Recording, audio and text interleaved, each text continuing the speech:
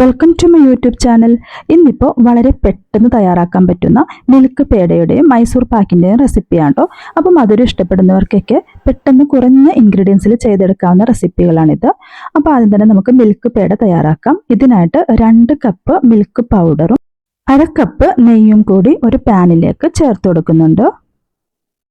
എന്നിട്ട് ഇതൊന്ന് മിക്സ് ചെയ്തെടുക്കാം. മിക്സ് ചെയ്തതിന് ശേഷം ഫ്ലെയിം ഓൺ ചെയ്ത് കൊടുത്തിട്ടുണ്ട്. ലോ ടു മീഡിയം ഫ്ലെയിമിലാണ് ഇട്ട് കൊടുത്തിരിക്കുന്നത്. എന്നിട്ട് ഇതൊരു മിനിറ്റ് ഒന്ന് റോസ്റ്റ് ചെയ്തെടുക്കുന്നുണ്ട്. പിന്നെ ഇതിലേക്ക് മധുരത്തിനനുസരിച്ച് പഞ്ചസാര ചേർക്കാം. ഞാനിവിടെ 1/2 കപ്പ് പഞ്ചസാരയാണ് ചേർത്തത്. എന്നിട്ട് ഇതും നല്ലതുപോലെ ഒന്ന് മിക്സ് ചെയ്ത് കൊടുക്കാം. പിന്നെ വേണ്ടത് പാലാണ്. 1 കപ്പ് പാല് ചേർത്ത് കൊടുത്തിട്ടുണ്ട്. ഇനി കൈയെടുക്കാതെ കണ്ടിന്യൂസ് ആയിട്ട് ഇളക്കി കൊടുത്തുകൊണ്ടിരിക്കണം. ഈ കട്ടകളൊന്നും വരാതിരിക്കാൻ നോക്കാട്ടോ. ഈ ഒരു ടൈമിൽ തുടർച്ചയായി ഇളക്കി കൊടുത്തുകൊണ്ടിരിക്കണം. എന്നാൽ മാത്രമേ ആ കട്ടകളൊക്കെ പോയി കിട്ടത്തുള്ളൂ. പിന്നെ ശ്രദ്ധിക്കേണ്ടത് ഒരുപാട് ഹൈ ഫ്ലെയിമിൽ ഇടാൻ പാടില്ല. മീഡിയം ടു ലോ ഫ്ലെയിമിലിട്ട് കണ്ടിന്യൂസ് ആയിട്ട് തന്നെ ഇളക്കി കൊടുത്തുകൊണ്ടിരിക്കണം. ഈ വെള്ളമെല്ലാം വറ്റി വരുന്നത് വരെ നമുക്കിത് ഇളക്കി കൊടുക്കാട്ടോ. ഇതിൻ്റെ ഒരു പാകം എന്ന് വെച്ചാൽ ഈ പാലെല്ലാം വറ്റി ഈ പാനിൽ നിന്ന് വിട്ട് വരും കേട്ടോ. ആ ഒരു ടൈം വരെ കണ്ടിന്യൂസ് ആയിട്ട് തന്നെ ഇളക്കി കൊടുത്തുകൊണ്ടിരിക്കുക കേട്ടോ. ഞാനിവിടെ 5 മുതൽ 8 മിനിറ്റ് വരെ എടുത്തിട്ടുണ്ട്. പിന്നെ മീഡിയം ഫ്ലെയിമിലാണ് ഇട്ട് കൊടുത്തത് കേട്ടോ. പിന്നെ നിങ്ങൾക്ക് ഏലക്ക പൊടി ഉണ്ടെങ്കിൽ അത് ചേർത്ത് കൊടുക്കാം. ഞാൻ ഏലക്ക ചതച്ചതാണ് ഇട്ട് കൊടുത്തത്. പിന്നെ ഇപ്പോൾ കുറുകി വന്നിട്ടുണ്ട്. ആ ഒരു ടൈമിൽ 1 ടേബിൾ സ്പൂൺ നെയ്യും കൂടി ചേർക്കുന്നുണ്ട്.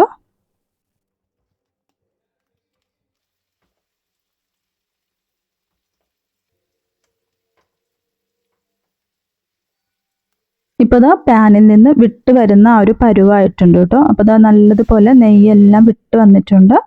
ഇനിയിപ്പോൾ നമുക്ക് തണുത്തതിന് ശേഷം ഇഷ്ടമുള്ള ഷേപ്പിൽ ചെയ്തെടുക്കാം. ഞാനിവിടെ ബോൾ ഷേപ്പിലാണ് ചെയ്യുന്നത്. ചെറിയ ഉരുളകളാക്കി എടുക്കുന്നുണ്ട് കേട്ടോ. പിന്നെ നടുക്ക് വല്ല നട്ട്സൊക്കെ വെച്ച് നമുക്ക് ഡെക്കറേറ്റ് ചെയ്യാവുന്നതാണ്. നിങ്ങളുടെ അടുത്ത് പേട ഉണ്ടാക്കുന്ന ഒരു ഡിസൈനൊക്കെ ഉണ്ടെങ്കിൽ അതുപോലെയൊക്കെ ചെയ്തെടുക്കാം കേട്ടോ. അപ്പോൾ നമുക്ക് ഇഷ്ടമുള്ള ഷേപ്പിൽ ഇത് ചെയ്തെടുക്കാവുന്നതാണ്. സ്ക്വയർ ഷേപ്പിൽ വേണമെങ്കിൽ അതുപോലെയും ചെയ്യാം.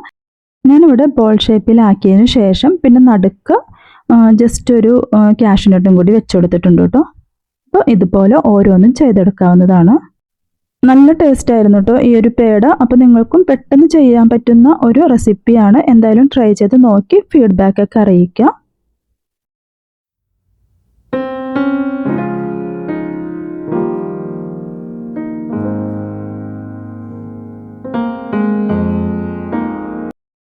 അടുത്തത് മൈസൂർ പാക്കിൻ്റെ റെസിപ്പിയാണ് കേട്ടോ. അപ്പോൾ ഒരു പാനിലേക്ക് കടലപ്പൊടി 1 കപ്പ് ചേർത്ത് കൊടുത്തിട്ടുണ്ട്. ഇനി നമുക്കിതൊരു 3 മിനിറ്റോളം റോസ്റ്റ് ചെയ്തെടുക്കാം കേട്ടോ.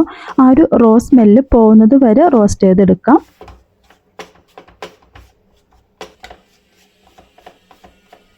ഈ ഒരു ടൈമിൽ ഹൈ ഫ്ലെയിമിൽ ഇടാൻ പാടില്ല കേട്ടോ. മീഡിയം ടു ലോ ഫ്ലെയിമിൽ ഇട്ടിട്ട് വേണം ചെയ്തെടുക്കാൻ വേണ്ടി. പിന്നെ ഇത് അരിച്ചെടുക്കൽ നിർബന്ധമില്ല കേട്ടോ. കാരണം ഞാൻ ചെയ്തപ്പം വളരെ സോഫ്റ്റ് ആയിട്ടാണ് കേട്ടോ മൈസൂർ പാക്ക് കിട്ടിയത്. സാധാരണ മൈസൂർ പാക്ക് ഉണ്ടാക്കുമ്പോൾ കുറച്ചൊരു തരിതരി പോലെ വരാറുണ്ടല്ലോ. അപ്പോൾ കുറച്ചുകൂടി നല്ലത് എനിക്ക് തോന്നുന്നു അരിക്കാതെ ചെയ്യുന്നതായിരിക്കും കേട്ടോ. പിന്നെ ശ്രദ്ധിക്കേണ്ട കാര്യം എന്ന് വെച്ചാൽ കുറച്ചൊന്ന് ആ മാവ് നല്ലതുപോലെ തന്നെ ഒന്ന് ഫ്രൈ ചെയ്തെടുക്കണം കേട്ടോ. അല്ലെന്നുണ്ടെങ്കിൽ ആ ഒരു പച്ച മണം ഉണ്ടാവും. നമ്മൾ ഈ മൈസൂർ പാക്ക് കഴിക്കുമ്പം ആ ഒരു പച്ച മണം വരും. അതുകൊണ്ട് തന്നെ ഒരു 3 മുതൽ 5 മിനിറ്റ് വരെ മീഡിയം ഫ്ലെയിമിലിട്ടൊന്ന് ഫ്രൈ ചെയ്തെടുക്കണം കേട്ടോ. അപ്പോൾ ഞാനിവിടെ അരിച്ചെടുത്തിട്ടുണ്ട്. എന്നിട്ട് 1/2 കപ്പ് നെയ്യും കൂടി ഇതിലേക്ക് ചേർത്ത് കൊടുത്തിട്ടുണ്ട്. എന്നിട്ട് നല്ലതുപോലെ ഒന്ന് മിക്സ് ചെയ്തെടുക്കാം കേട്ടോ. കട്ടകളൊന്നും ഇല്ലാതെ തന്നെ മിക്സ് ചെയ്യാം.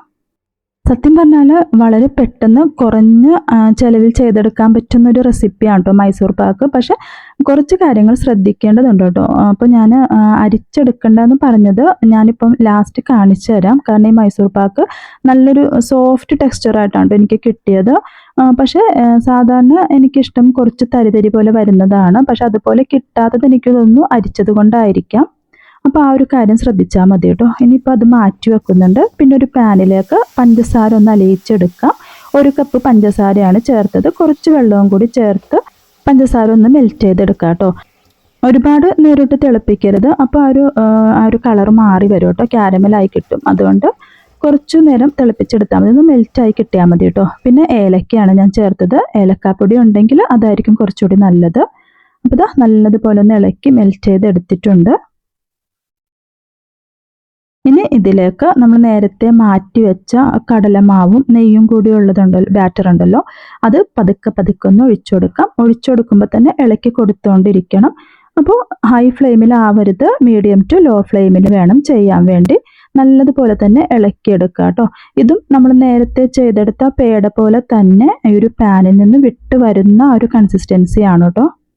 പിന്നെ മൈസൂർ പാക്ക് ചെയ്യുമ്പോൾ ശ്രദ്ധിക്കേണ്ടത് നെയ്യ് അപ്പം തന്നെ മുഴുവനായിട്ട് ഒഴിച്ചു കൊടുക്കരുത്, കുറച്ച് കുറച്ചായിട്ട് വേണം ഒഴിക്കാൻ വേണ്ടി. പിന്നെ ഞാനിപ്പോൾ 1 ടേബിൾ സ്പൂൺ ആദ്യം ഒഴിച്ചിട്ടുണ്ട്. പിന്നെ അതിന് ശേഷം വീണ്ടും 1 ടേബിൾ സ്പൂൺ നെയ്യും കൂടി ചേർത്ത് കൊടുത്തിട്ടുണ്ട് കേട്ടോ. അപ്പോൾ ആദ്യം നമ്മൾ കടലമാവിൽ 1/2 കപ്പ് നെയ്യ് ചേർത്തു, പിന്നെ 2 ടേബിൾ സ്പൂൺ നെയ്യാണ് ചേർത്തത് കേട്ടോ. എന്നിട്ട് തുടർച്ചയായി തന്നെ ഇളക്കി കൊടുത്തുകൊണ്ടിരിക്കുക. പാനിൽ നിന്ന് വിട്ട് വരുന്നത് വരെ ആ ഒരു ഫ്ലെയിമിൽ വെച്ചിട്ട് വേണം ചെയ്തെടുക്കാൻ വേണ്ടി. ഇനി ഇത് നമുക്ക് ഏതെങ്കിലും ഒരു മൗൾഡിലേക്ക് മാറ്റി കൊടുക്കാം കേട്ടോ. അപ്പം ഞാനിവിടെ ഒരു ട്രേ എടുത്തിട്ടുണ്ട്, ഇതിലേക്ക് ഒഴിച്ചു കൊടുക്കുന്നുണ്ട്. ഈ ഒരു ബാറ്റർ ഇതുപോലെ ആയിരിക്കും കേട്ടോ, കുറച്ച് കട്ടിയോട് കൂടി ആയിരിക്കും നമുക്ക് കിട്ടുന്നത്. അതുകൊണ്ടിപ്പോൾ നല്ലതുപോലെ ഷേപ്പ് ചെയ്ത് ലെവൽ ചെയ്തെടുക്കാം. ഇനി ഇത് തണുക്കാൻ വേണ്ടി ഒരു 30 മിനിറ്റ് ഒന്ന് മാറ്റി വെക്കാം കേട്ടോ. അപ്പോൾ ഫ്രീസറിലോ ഫ്രിഡ്ജിലോ അങ്ങനെയൊന്നും വെക്കേണ്ട ആവശ്യമില്ല, പുറത്ത് വെക്കുമ്പോൾ തന്നെ നല്ലതുപോലെ സെറ്റായി കിട്ടും കേട്ടോ. അപ്പം ഞാനിവിടെ ഒരു 20 മിനിറ്റോളം ഒന്ന് സെറ്റ് ആവാൻ വേണ്ടി മാറ്റി വെച്ചിട്ടുണ്ട്.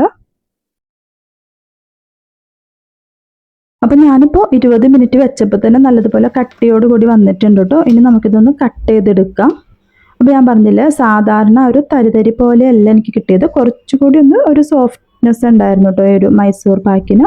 അപ്പോൾ എനിക്ക് തോന്നുന്നു നിങ്ങൾ ചെയ്യുവാണെങ്കിൽ മാവ് അങ്ങനെ അരിക്കേണ്ട ആവശ്യമില്ല, അപ്പോൾ തരിതരിയോട് കൂടി കിട്ടും. പക്ഷെ കഴിക്കാനൊക്കെ നല്ല ടേസ്റ്റ് ആയിരുന്നു കേട്ടോ, കൊള്ളായിരുന്നു.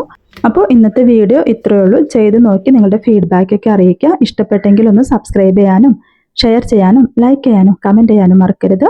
അടുത്ത വീഡിയോയുമായി കാണുന്നത് വരെ ബൈ.